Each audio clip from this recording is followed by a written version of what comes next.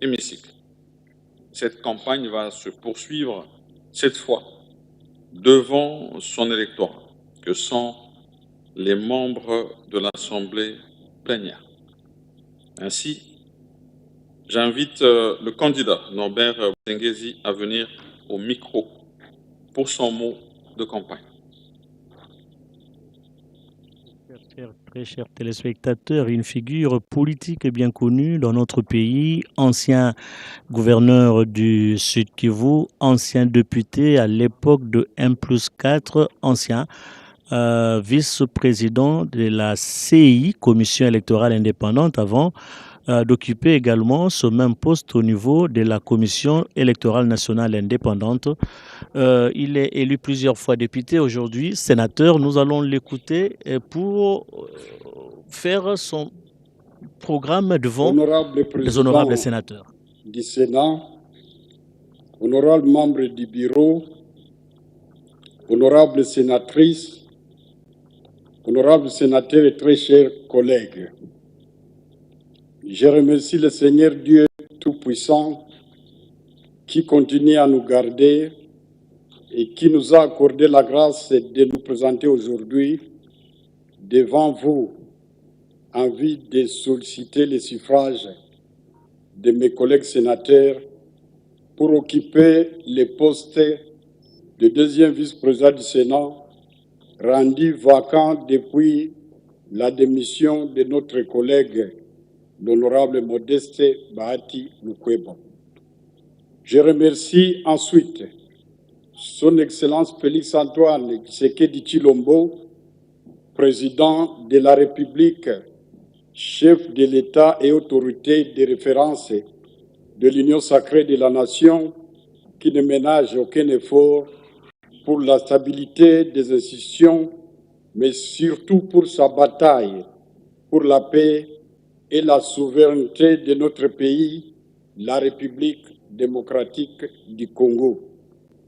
Nous lui réitérons notre soutien pour sa diplomatie agissante et a abouti à l'accord de Doha, à celui de Washington, ainsi que les résolutions 2773 et 2808 qui visent à mener la paix totale dans notre pays. Qu'il me soit permis également de lui adresser mes chaleureuses félicitations et ma gratitude pour son engagement et son soutien précieux qui ont rendu possible la qualification historique de notre équipe nationale à la phase finale de la Coupe du Monde 2026 après plus de 52 ans d'attente. Que Dieu soit loué. Que nos vaillants léopards reçoivent nos remerciements et nos encouragements pour les efforts fournis, car leur performance vient de raviver la fierté nationale et renforcer l'unité de notre peuple. Bonne chance à tous pour la suite. Honorable président du Sénat, honorables membres du bureau, honorables sénatrices, honorables sénateurs et chers collègues, cette présentation se tient au moment où nous, sénateurs du Nord Kivu et du Sud Kivu, venons de passer 15 mois sans fouler nos pieds dans nos provinces respectives, où la plupart de nos électeurs sont des déplacés et des réfugiés à cause de la guerre d'agression rwandaise et du M23 AFC que nous condamnons fermement. C'est l'occasion pour nous de leur exprimer notre solidarité et de leur présenter nos condoléances. Par ailleurs, j'exprime ma profonde gratitude à travers vous, chers collègues, aux populations sœurs du Grand Katanga, du Maniema, de la Grande Orientale et de Kinshasa, qui ont grandement ouvert leurs portes à nos frères déplacés. Cette situation se vit également depuis plusieurs années en Ituri à cause des ADF Nalu MTN et des milices de Thomas Lubanga. Je regrette que le phénomène Mbondo, milice armée, perdure sur le plateau de Bateke, autour de Kinshasa, dans les Kwango, les Kwilu et les Maïndombe. Honorable Président du Sénat, dans mon introduction, je disais que je viens auprès de votre bienveillance solliciter votre confiance pour le vote au poste de deuxième vice-président du Sénat. Me référant à l'article 38 de notre règlement intérieur, le deuxième vice-président du Sénat est chargé du contrôle parlementaire, des relations avec la Cour des comptes et le Conseil économique et social. Émanant des provinces, cette collaboration s'étend au niveau des institutions provinciales. Pour les contrôles parlementaires, que dois-je faire exactement une fois élu? Avec vous, collègues sénateurs et sénatrices, je travaillerai notamment sur les points ci-après. 1. Organiser des rencontres régulières avec les différentes commissions permanentes et les sénateurs plus individuellement pour échanger sur toutes les questions liées au contrôle de l'action du gouvernement, des établissements et services publics et aux bonnes relations avec la Cour des comptes, le Conseil économique et social, ainsi qu'avec nos provinces. 2. S'assurer de l'effectivité de la tenue chaque mardi des séances sur le contrôle parlementaire, comme cela a été décidé ici en plénière. 3. Traiter, transmettre dans les délais les initiatives de contrôle parlementaire à notre président du Sénat. 4. Proposer des missions ponctuelles en province, en dehors de nos vacances parlementaires, pour des échanges fructueux avec des élus provinciaux et les exécutifs provinciaux conformément à l'article 206 alinéa 2 de notre règlement intérieur. 5. Mettre à profit l'expérience et l'expertise technique de notre administration afin de gagner en efficacité, en qualité et en rapidité. 6. Collaborer étroitement avec les ministres d'État, ministres en charge des relations avec le Parlement, pour un contrôle plus efficace, mieux structuré, plus influent sur l'action du gouvernement. 7. Enfin, conformément à l'article 179 de notre règlement intérieur, proposer l'organisation des séances d'échange réguliers avec l'exécutif. La première ministre peut venir avec les membres de son gouvernement trimestriellement, par exemple au Sénat, pour répondre aux questions diverses des honorables sénateurs, comme cela s'est fait ailleurs. Honorable président du Sénat, honorables membres du bureau, honorables sénatrices, honorables sénateurs et très chers collègues, comme vous le savez, conformément à l'article 138 de la Constitution et 160 du règlement intérieur de notre Chambre, les moyens d'information et de contrôle sur le gouvernement et les autres institutions citées ci-haut sont 1. La question orale avec ou sans débat. 2. La question écrite.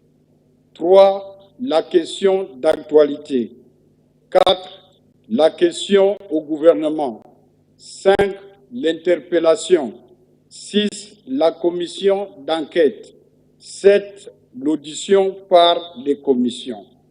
Ensemble, nous allons davantage, non seulement les renforcer, mais aussi les intensifier. Honorable président du Sénat, honorables membres du bureau, honorables sénatrices, honorables sénateurs et très chers collègues, l'article 38 de notre règlement intérieur donne mandat au deuxième vice-président de collaborer avec le Conseil économique et social qui fixe les orientations économiques, sociales, culturelles et environnementales du pays. Pour ce qui est de la Cour des comptes, en collaboration avec notre commission ECOFIN, nous allons intensifier les échanges avec cette institution pour mieux comprendre les dépenses de l'État et identifier les éventuels dysfonctionnements afin d'agir en conséquence. Quant au Conseil économique et social, les échanges seront également intensifiés pour mieux comprendre les réalités sociales et économiques, anticiper les tensions sociales et renforcer la pertinence de nos décisions. Honorable Président du Sénat, honorables membres du Bureau, honorables sénatrices, honorables sénateurs et très chers collègues, au moment où se tient cette présentation, un débat se déroule à l'extérieur de l'hémicycle, je ne saurais rester à marge de cette réflexion essentielle sur les réformes électorales, constitutionnelles et institutionnelles, d'autant plus que la plupart de ces textes ont été rédigés alors que j'étais deuxième vice-président de la Commission électorale indépendante CI et au regard de l'évolution du contexte. Toute œuvre humaine étant par essence perfectible, je nous invite à organiser des journées parlementaires dédiées aux échanges approfondis sur ces questions.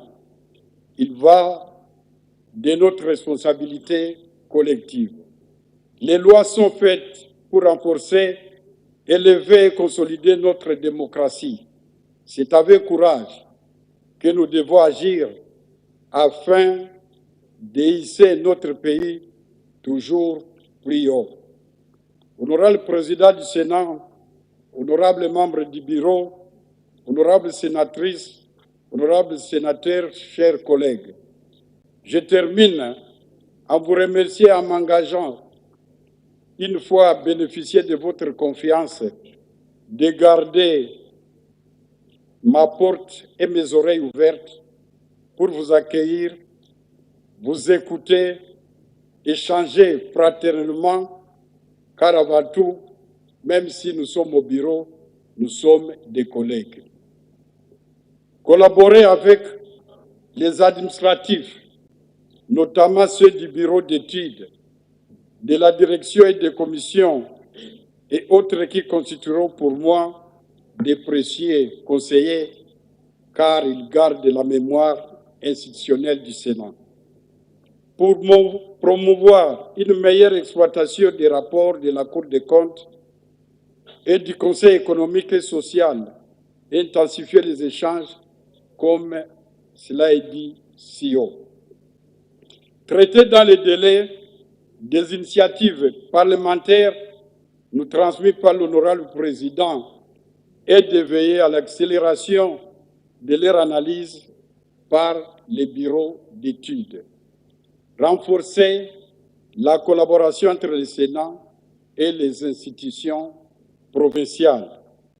Proposer au bureau des missions ponctuelles en province, conformément à l'article 206 alinéa 2 de notre règlement intérieur, les missions extérieures étant dévolues au premier vice-président pour la diplomatie. Veiller aux intérêts électoraux des femmes en portant la discrimination positive dans les 26 provinces où le 4e siège sera attribué à la femme, meilleure perdante dans chaque province. Ce qui attribuerait aux femmes 26 sièges sur les 108 que compte le Sénat, en plus des autres sièges conquis compétitivement. Votre candidat est trop genré. Enfin, je rassure le bureau que je porterai très haut la voix de la collaboration, du travail, de concertation et de la sagesse, car l'on ne peut rien en parlant le même langage. honorable président du Sénat, honorable membre du bureau, honorable sénatrice, honorable sénateur, très chers collègues, en votant pour moi, vous aurez voté pour le travail bien fait, la sagesse, la stabilité, le consensus permanent, la collaboration, la rigueur, mais aussi l'obligation des résultats. Je vous souhaite un bon vendredi saint, un bon retour de nos léopards, un bon vote de votre candidat Norbert Bassenguez Katitima, mais aussi une bonne fête de Pâques. Que Dieu soit avec nous et que Jésus puisse ressusciter avec nous. Joyeuse Pâques à nous tous. Que vive la République démocratique du Congo et son président, son Excellence Félix Antoine Tshisekedi Tshilombo. Que vive le Sénat congolais. Je vous remercie et que Dieu nous bénisse tous.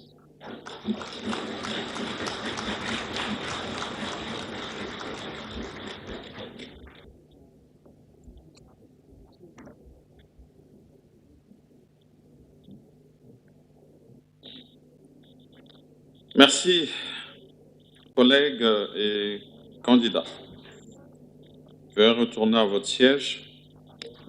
Honorables sénatrices, honorables sénateurs et chers collègues, vous venez de suivre le mot de campagne du candidat deuxième vice-président. Sur ce, la campagne électorale est close. À présent, nous entamons les étapes proprement dites de l'élection. Nous allons d'abord procéder au tirage au sort des 3 scrutateurs parmi les sénateurs.